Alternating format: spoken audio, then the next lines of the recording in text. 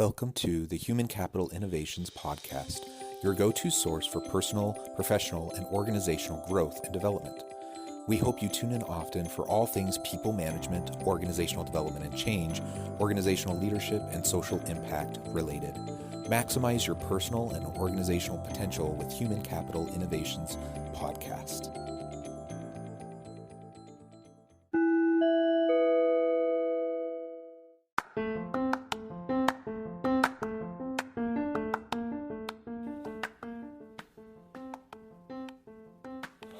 Welcome to the Human Capital Innovations Podcast. In this HCI podcast episode, I talk with Daralyse Lyons about demystifying diversity and embracing our shared humanity.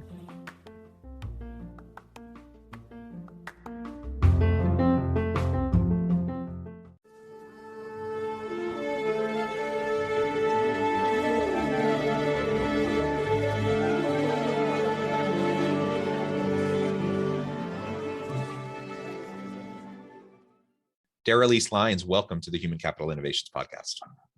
Thanks so much for having me, Jonathan. It's great to be here. Yeah, it's a pleasure to be with you, and I'm super excited to have a nice conversation around diversity, equity, and inclusion. And today we're going to be talking more about your book, Demystifying Diversity, Embracing Our Shared Humanity, which I think is just a lovely title. I'm really excited to unpack that with you and to learn more about your approach in your book. As we get started, I wanted to share Daralyse's bio with everybody. Daralyse Lyons is a journalist, an actor, and an activist. She has written more than 24 full-length books, a handful of short stories, and countless articles, performed in various plays and in improv comedy shows. She is a member of the National Association of Black Journalists and a summa cum laude graduate of NYU with a double major in English and Religious Studies and a minor in history. After writing an award-winning children's book, I'm Mixed, about embracing her multi-ethnic heritage, Daralyse found her passion and her purpose educating others about the need to embrace all aspects of themselves. She then went on to create the Demystifying Diversity podcast and to write the book, Demystifying Diversity, Embracing Our Shared Humanity. She works tirelessly as a full-time DE&I expert and inclusivity strategist. What an amazing background. And it's just so lovely to have you back on the podcast. Anything else you would like to share by way of your background and personal context with listeners before we dive on in? Oh my gosh, yeah. So it's so great to be back. I'm really excited to be here. I think because podcast is an audio journalism,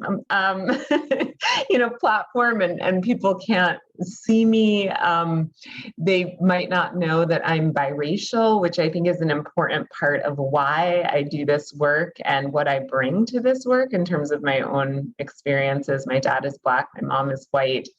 And being able to sort of exist in that space of multiple overlapping identities has allowed me to be comfortable, right, in the space between binaries that I think real diversity, equity, and inclusion work requires us to investigate. So I think that would just be the only thing I would add.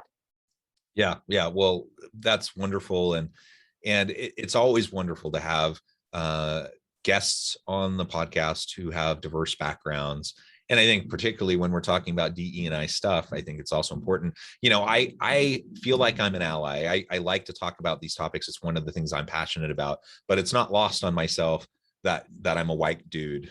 So, sometimes I'm a little hesitant to speak out because I want to, give a platform and voice to others who probably have more of a right to speak up on these sorts of issues. Anyways, it's a pleasure to have you, and I'm excited to explore. Oh, well, thank you. And Jonathan, I'm so glad that you brought that up because I think there are many people who struggle to speak out on behalf of others because of their identities, right? And in your case, you mentioned being a white man and feeling like, oh, do I really have a right to speak? But I think one of the ways that we're going to be able to change this world of bigotry and discrimination is for people to begin to use their voices within their communities, right? And there are certain communities that you might have access to that I might not have access to, or someone else might not have access to. And so I really would encourage people who are listening to this of all identities to to speak to the people where you have a sphere of influence about this work and why it matters, because there are doors that I'll never be able to get through. And that's, I mean, hopefully one day that will change, but it's never going to change if people of all identities don't speak about the things that really matter. Yeah, very good point. And I, like you said, I wish we were in a world where access wasn't an issue, where everyone could truly contribute and be heard and have their perspectives appreciated. And we're not there yet. There's still a lot of work that has to be done.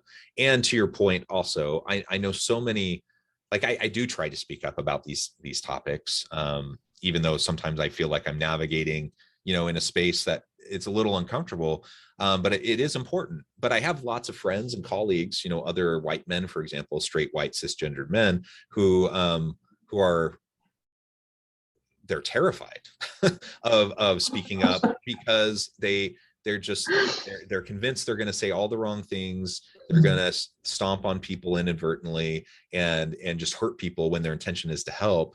And my answer to that is, I get it. Like sometimes I put my foot in my mouth. I just say the wrong thing. But I'm going to learn, I'm going to grow, I'm going to get better at it. And hopefully I can add my voice and within my sphere of influence, like you said, and hopefully can make a difference.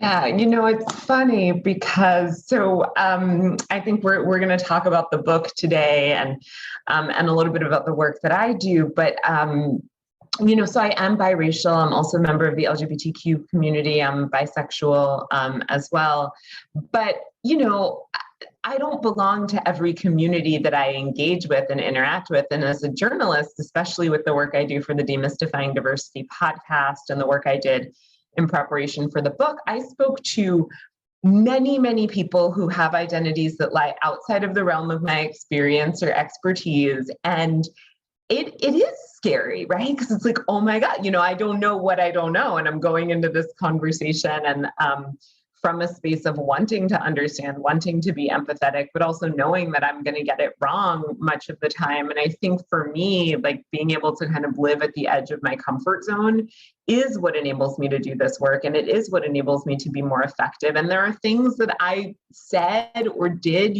10 years ago, that were 5 years ago, 3 years ago, last week, right? That I like cringe at today because I've learned as I've continued to move forward. And the only way that I've been able to learn effectively is from these meaningful interactions with people who have different lived experiences than I do.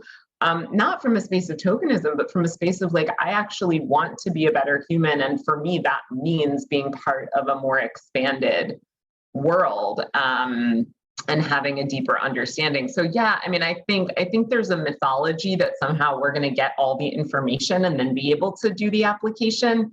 But my experience is that we learn from the doing, from the interacting, from stepping outside of our comfort zone, failing, making mistakes. I mean, like if we were riding a bicycle, if I were teaching someone how to ride a bicycle and they fell a couple of times, it wouldn't be like, oh my God, the bicycle is the problem and I'm never going to ride again. It would be, okay, well, what do I need to acquire a better skill set? How do I practice this? And I think it's the same with racial literacy, cultural competency, and all the other elements of DEI. I mean, we want to have a certain level of knowledge before going into these situations, but at a certain point, like we gotta try and practice and fall and get up and try again and just keep doing that until it becomes second nature. Yeah, well said. And I can't help but reflect on, again, I've been having conversations in this space for a long time, and I do research in this area too. And I can say that where I'm at now is a much better place than I was 10, 15, certainly 20 years ago. I'm better at this now than I was back then. And I do cringe at, some of the things I did with good intentions, but that I did in the past. And so, yeah, just dive on in, do your best, try to learn and grow. My experience is most people within these different communities are also very gracious and understanding. and so, we just got to give it our best go, and that'll make a difference because, I think about my family, for example. a lot of good people, well-intentioned people, very, very, very socially and religiously conservative people, which also brings with it certain perspectives. And so, for many of my family, they're never going to have these conversations unless I have them with them, because they're never in the space where it's going to happen, where someone might kind of push them to challenge their assumptions or their understanding. And so I that's on me. I think I have to bear some responsibility for trying to have those conversations and to do them in a productive way. And that's just one example. Well, and it's an important example, and I'm glad that you mentioned that, because like in engaging with your family, let's say, for example, there's a foundation, I would assume, of love, right? And respect and a knowledge base of all the experiences that you've shared over time. And that's going to be a very different conversation than, let's say, someone being confronted on a social media platform, right, for something that they said, or even just interacting with a stranger and having that stranger, get defensive and say something to them about, a word or a comment or a phrase that they used, not knowing that it was insensitive or potentially cruel. And I think sometimes we have these conversations from a space of anger and rage and fear, and that just makes people so defensive. And so I think if anyone's going to be equipped to change hearts and minds, it's family members, it's friends, it's people who actually know the heart of someone who is creating harm, often without realizing it, without knowing it, and who can connect with them at that level and say, like, listen, I know that this is what you're saying that you want, and this is who you are as a person. And when you do this, you might not realize that it is impacting people in this way, and that's a very different conversation than like, I can't believe you said that, and just that, which is just going to make people go into that fight or flight response. So yeah, I mean, I definitely think starting with those we love is important, and it's impactful, and it does begin to change the narrative. And I can't advocate enough for loving people enough to have these conversations with them. Yeah. Well, thank you. And let's dive into your book here in just a moment. I hope we've certainly talked about diversity, equity, inclusion, and belonging on this podcast a lot in the past. I hope everyone listening recognizes and understands why diversity is important, how it helps individuals, how it helps organizations. There's so much research on this. We've talked about it a lot on this podcast. So with that kind of, I'm assuming we're building on that foundation of an understanding of the positive outcomes. Why is DE&I work important to you? Why did you write this book? We'll start there, and then we can start to go into and unpack your book a little bit. Yeah, sure. So when I began working in the DEI space, I really had a personal attachment to it because of my upbringing, because I wasn't seeing a lot of people who are biracial, such as myself, claiming that, right? Or like being able to talk about the richness of that experience or the issues that come with that experience for some people. And so I started doing work on race and looking at some of the systemic roots of racism. At that same time, I was also doing work interviewing Holocaust survivors and doing work with individuals with disabilities. And I realized that systems of oppression and suppression, and I also have a background, I'm in recovery many years from an eating disorder. And so I realized that there's a lot of different things that systemic issues that really place people in positions to be harmed, to be wounded, to be victimized. And so I wanted to do something that was bigger than just me, right? And so my business partner at the time and we got together and we formed the Demystifying Diversity podcast. And I started interviewing all these people. I think I did 128 interviews for season 1, and about a wide range of topics pertaining to diversity, equity, and inclusion.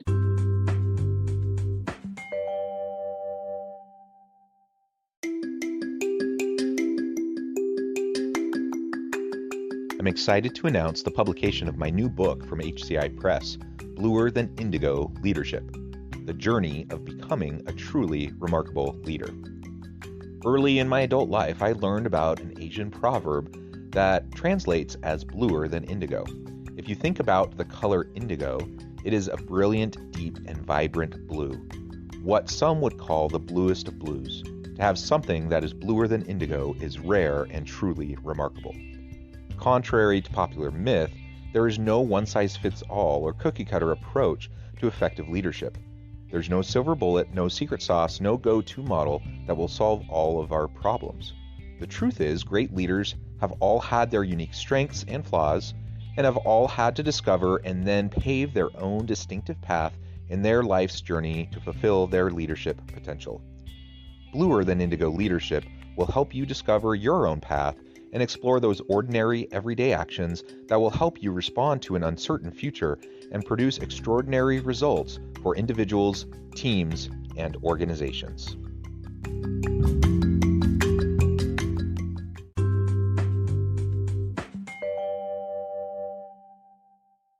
As we were doing the podcast, as I was listening to all these voices, I just realized, there are so many stories that I'm not going to have time to do justice to in the podcast. And the podcast piece is wonderful in that it's informative and it brings, these diverse voices to listeners, but there's also a missing piece between information and application. And so I wrote the book because I wanted people to be able to really get more in depth than we were able to provide on the podcast. And also, there's an accompanying workbook that you can buy with Demystifying Diversity, Embracing Our Shared Humanity, which gives readers the ability to really practice these skills, right? Because you get information and it's like, okay, great, now I know better, but then how do I do better? What do I say without putting my foot in my mouth? Like how do I engage? How do I expand my circle of friends without seeming to tokenize people or without sort of, calling every person of a certain identity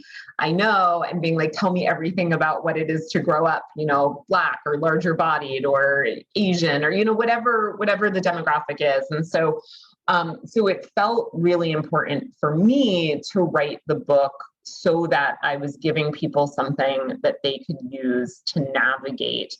And the other piece to it, why I thought it was important to write Demystifying Diversity, Embracing Our Shared Humanity, is that there is so much incredible work. There are incredible books out there, just incredible work by people far more talented and thoughtful than I am and brilliant. But most of that work tends to be focused on a specific identity marker or experience, right? Like it tends to be very narrow. And I wanted to create something that was a microcosm of the macrocosm. So I wanted to create a book about diversity that was in and of itself diverse. So when you pick up my book, you're not just reading about race or culture or gender, right? Like you're getting an exposure to a lot of different possible identities and experiences, a lot of different voices. And I think that's a realm where there's not enough in this space that really teaches people how to take a view of diversity that is in and of itself diverse and doesn't get so hyper-focused that it misses that these are all interrelated systems and we have to sort of combat all of them in order to liberate people of all identities. Yeah, well, I appreciate that you shared that. I was actually just in another DE&I conversation earlier this morning where we were talking about kind of the layers of diversity. Some people talk about the diversity wheel and concentric circles, and the more obvious visual forms of diversity versus, you go out into these concentric circles and you get deeper and deeper into who the person is, but there's still lots of diverse elements there. And it's super important for us to consider all of those aspects and not just get stuck on some of those outward manifestations of different diverse backgrounds.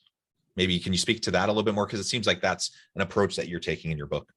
Yeah, absolutely. And I frame it a lot as visible and invisible diversity. Like, for example, neurodiversity is one that people might overlook, right? They might not recognize that someone learns differently, or perhaps has a disability, or, because it doesn't show up to the viewer, to the outside observer.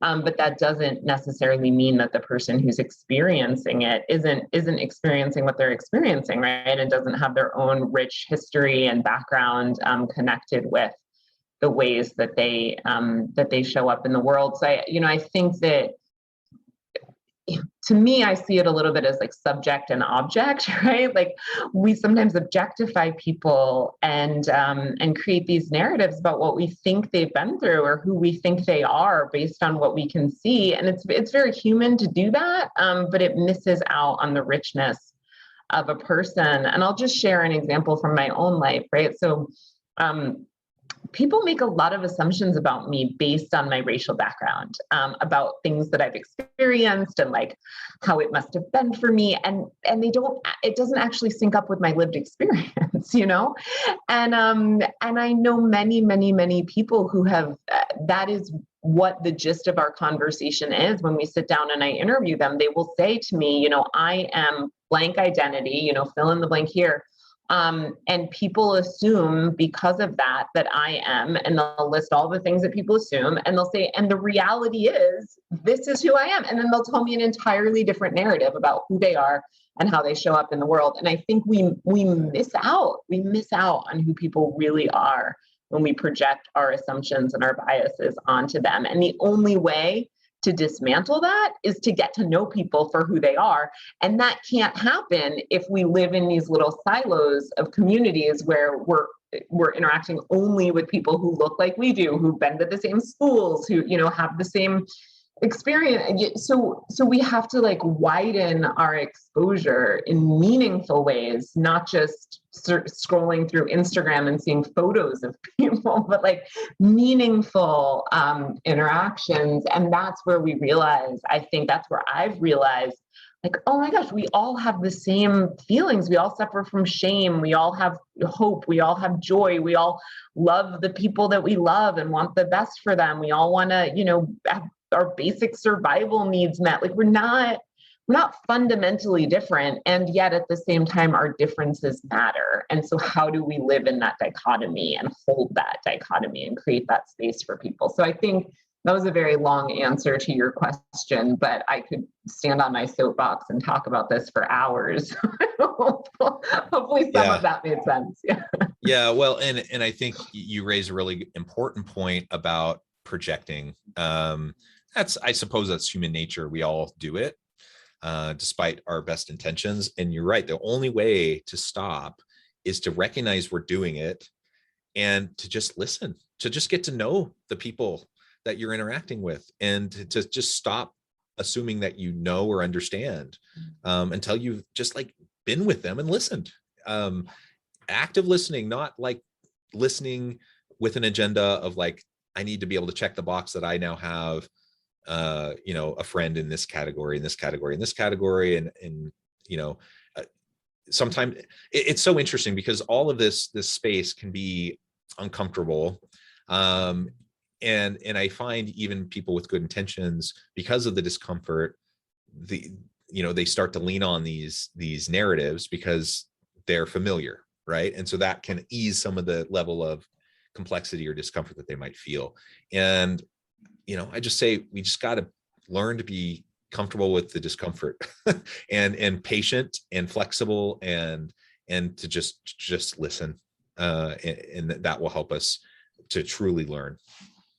Well, and even, taking it out of the realm of DEI for a moment and just thinking about listening as a critical skill that can help build relationships and help us connect with people, people in our lives. Like, I don't know, Jonathan, about you, but almost every argument I've ever had has begun with me having a false narrative or about someone else, or someone else having a false narrative about me. I think about in relationships or something, if I'm like mad at someone, it's often not because of what they did. It's because of the motive that I attribute to their action, or because of my interpretation of what it meant that they said something or didn't say something or showed up at a certain time or didn't show up or whatever, and when I enter into dialogues with people that I know and love, right, from a space of, hey, so I'm curious, I noticed that you said you were going to call and that didn't happen. And like, can you just tell me more about that? Or what came up for you? Or did I do something? When I enter into spaces from a humble space of authentic curiosity and wanting to get to know what drives people, I often find out that what I thought was not at all true, and these are people I know, right? And so, and it's crazy to me that, people I know and care deeply about, I can create false narratives about. And so, of course, I'm going to do that about strangers because I don't know them. I don't care deeply about them. There's more layers of resistance to that connection. But I actually have found that working with diverse populations, that getting to know people with whom I have no connection has made me much more effective at the relationships that are already in my life too. And so I think, sometimes people think about these skills as things that only have applications in a DEI context. And that is not true. It's like when we can practice the skill of listening when all of our biases are screaming, right? And it's scary and it's hard. Well, then how much better of a listener am I going to be when I go to have a conversation with someone that I actually do know and care about and have a level of intimacy built in? I mean, it just makes me better at the business of living to do the work that I do. And I think that's true of everyone. It's like, I'm thinking about a college athlete, right? An NCAA Division I college athlete who's just like striving and playing and working super, super hard. And then maybe, I don't know, they go back to like their high school baseball team to play on the field. And it's like, oh my gosh, I got such a skill set that this is now easy. And so I think that is true of the DEI space as well, that if we're willing to do this when the stakes are high and it matters and it's hard, we get so much better when the stakes are kind of lower and it's easier. But the other isn't true. You can't like practice for the high school team and then show up and play NCAA baseball. Yeah, that's right. Well, Daralyse, it has just been a real pleasure talking with you. We could go on and on and on. I do need to let you go and get back to your busy day, but I appreciate all of your insight. I appreciate all of the great wisdom that you shared. Before we close today, I wanted to give you a chance to share with listeners how they can get connected with you, find out more about your work, where they can find your book, and then give us the final word on the topic for today.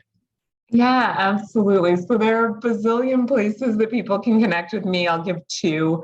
My website is daralyselyons.com. That's DARALYSELYONS.com. And then the Demystifying Diversity podcast website is demystifyingdiversitypodcast.com. The Demystifying Diversity podcast is available anywhere people get their podcasts. The book, Demystifying Diversity, Embracing Our Shared Humanity, is available I would say anywhere books are sold, but I think for now you're probably better off going online in COVID days. And I think just my parting words of wisdom, which like no pressure here, right? But my parting words would just be to practice. Like, let's look at this as a practice, maybe even a dance, and have some grace, some self-compassion, and some enthusiasm for it, because I don't think that there's any way to get from where we are to where we need and want to be without having really practiced this skill set. Yeah, I completely agree. Thank you so much for joining us. I encourage listeners to reach out, to get connected, check out Daralyse's book, reach out and find out more about what she can do for you. And as always, I hope everyone can stay healthy and safe. I hope you can find meaning and purpose at work each and every day. And I hope you all have a great week.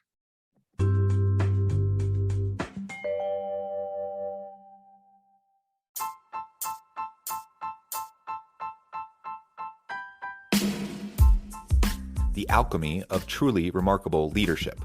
Ordinary, everyday actions that produce extraordinary results.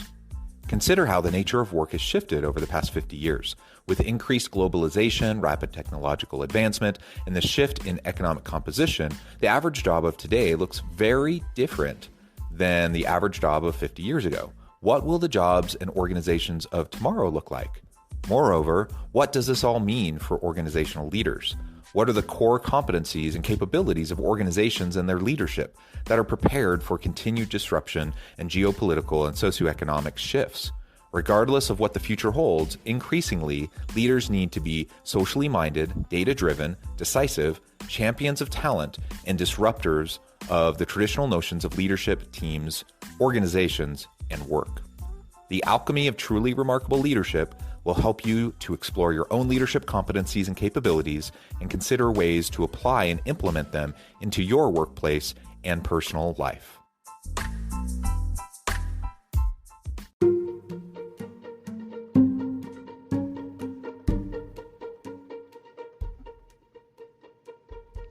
Check out Human Capital Innovations magazine, Human Capital Leadership. Human Capital Leadership is a free, interactive e-magazine with the mission to help individuals, leaders, and organizations find innovative approaches to maximize their human capital potential.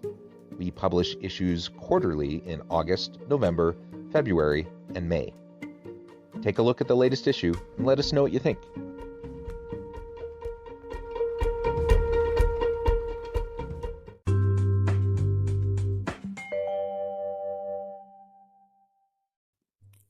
Thanks again for joining us for this episode of the Human Capital Innovations Podcast. I hope you stay healthy and safe and that you have a great week.